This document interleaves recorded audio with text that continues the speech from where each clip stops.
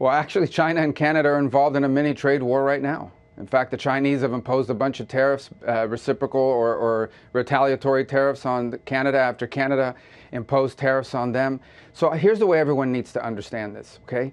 The president rightfully believes that the balance of global trade is completely off kilter. For 30 or 40 years, we have allowed countries to treat us unfairly in global trade, much of it during the Cold War because we wanted them to be rich and prosperous because they were our allies in the Cold War.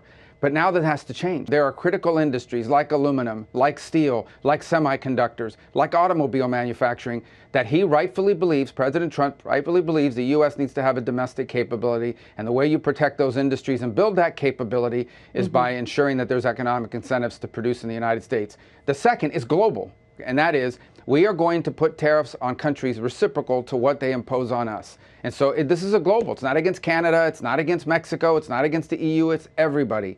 And then from that new baseline of fairness and reciprocity, we will engage potentially in bilateral negotiations with countries around the world on new trade arrangements that make sense for both sides. Fairness. Canada's going after whiskey and orange juice and retaliation.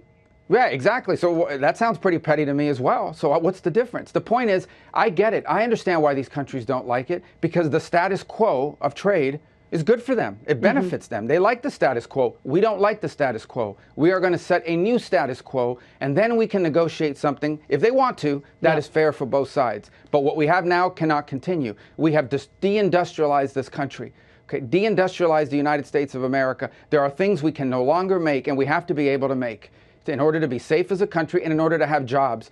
That's why we had a Rust Belt. That's why we've suffered all these important jobs that once sustained entire communities wiped out by trade that basically sent these factories, these jobs, this industrial capability to other places.